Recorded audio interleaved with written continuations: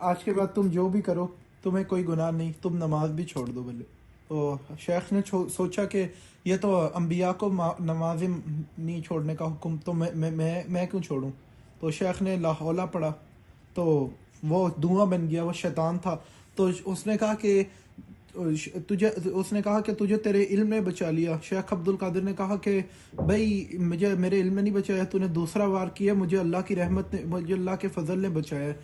तो भाई उस शैतान ने कहा तेरे जैसे 70 गौस मैंने औंधे मुंह करके जहन्नुम में डाल दिए थे। तो भाई तो भाई 70 गौस उसने इस तरह कर दिए। तो हमें क्या पता जिनके 70 लाखों मुरीद हैं इनका क्या बनेगा। ये तो गौस भी नहीं है, इनका क्या बनेगा।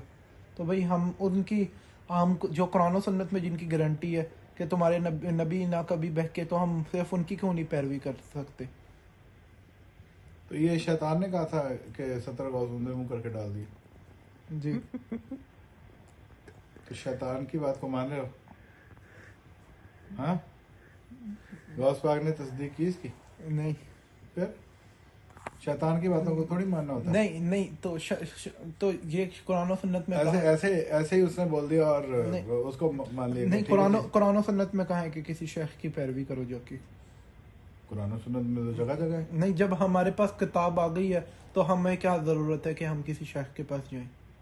किताब आ गई, किताब के साथ पर्सनैलिटी का तस्वर मौजूद है दीन में। अल्लाह ताला ने जितनी किताबें भेजी हैं साथ में अंबिया की सूरत में एक शख्सियत भेजी और उनके किरदार को और उनकी सीरत को रोल मॉडल बनाया। जिस तरह कुरान मजीद को भेजा तो साथ में नबी करीम सल्लल्लाहु ताला अलैहि वसल्लम के लिए फरमाया, लक़द कान लकुम फ़ी रसूलिल्लाहि उस्वतुन हसना। तो अब चूंकि हुजूर के बाद तो नबूवत का सिलसिला ख़त्म हो गया, अच्छा। आपके बाद तो किसी नबी ने नहीं आना। नहीं तो हम हजूर को और किताब को तो मानते हैं ना। हम तो हुजूर उसके बाद हम किसी बंदे को हुजूर को हम अब किताब से मान रहे हैं। किताब से मान रहे हैं, लेकिन हुजूर इस दुनिया से तशरीफ ले गए आलम बरज़ख में जी और हम अपनी इंसानी आंखों से उनका इस वक्त दीदार नहीं कर रहे। जी सो हमें एक ऐसे इंसान की ज़रूरत है जो किताब जो कुरान की सूरत में हमारे पास मौजूद है उसका प्रैक्टिकल करे और हम उसके किरदार से अपने किरदार को ठीक करें। नहीं तो ये जो पीरी मुरीदी की क्या सही हैसियत है, क्या इसकी हैसियत है जब हम क्यों किसी पीर के पास जाते हैं। तो बेटा ये तो अल्लाह करीम ने फरमाया ना, क्या या आऊज़ु बिल्लाहि मिनश शैतानिर रजीम बिस्मिल्लाहिर रहमानिर रहीम या अय्युहल्लज़ीना आमनुत्तक़ुल्लाह वब्तगू इलैहिल वसीला वजाहिदू फी सबीलिही लअल्लकुम तुफ्लिहून। ठीक है। सूरतुल माइदा है ना जी तो अल्लाह करीम ने क्या फरमाया, ए ईमान वालो जी अल्लाह से डरो, यानी कि अल्लाह का तकवा इख्तियार करो और उस तक पहुंचने का वसीला तलाश अच्छा। करो। तकवा तो हम किताबुल्लाह से हासिल कर रहे हैं ना, तकवा तो हम किताबुल्लाह से हासिल कर लेते हैं।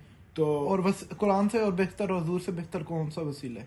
तो तकवा तो हम कुरान से हासिल कर रहे हैं। अच्छा। तो हुजूर का जो अमल है वो भी किताब से ले रहे हैं, नहीं लेकिन वसीला जो है उसको तलाश करने का हुक्म है। नहीं तो वसीला हुजूर से बेहतर है कोई। नहीं, बेहतर और गैर बेहतर की तो बात ही नहीं है, वो तो वसीला मुतलक है। अच्छा। लेकिन हम कैसे रहनुमाई लेंगे, हमारे पास तो सिर्फ किताब है, अच्छा। हमारे पास तो थ्योरी है, प्रैक्टिकल नहीं है। अच्छा। तो प्रैक्टिकल के लिए हमें एक इंसान की जरूरत है जिसके लिए अल्लाह ने फरमाया कि उसको तलाश करो। अच्छा। वब्तागू इलैहिल वसीला। तो ये जरूरी है कि वो पीरी हो, शेख हो, जरूरी है कि वो इंसान हो। हाँ, जाहिर है इंसान ही होना जरूरी है। और हम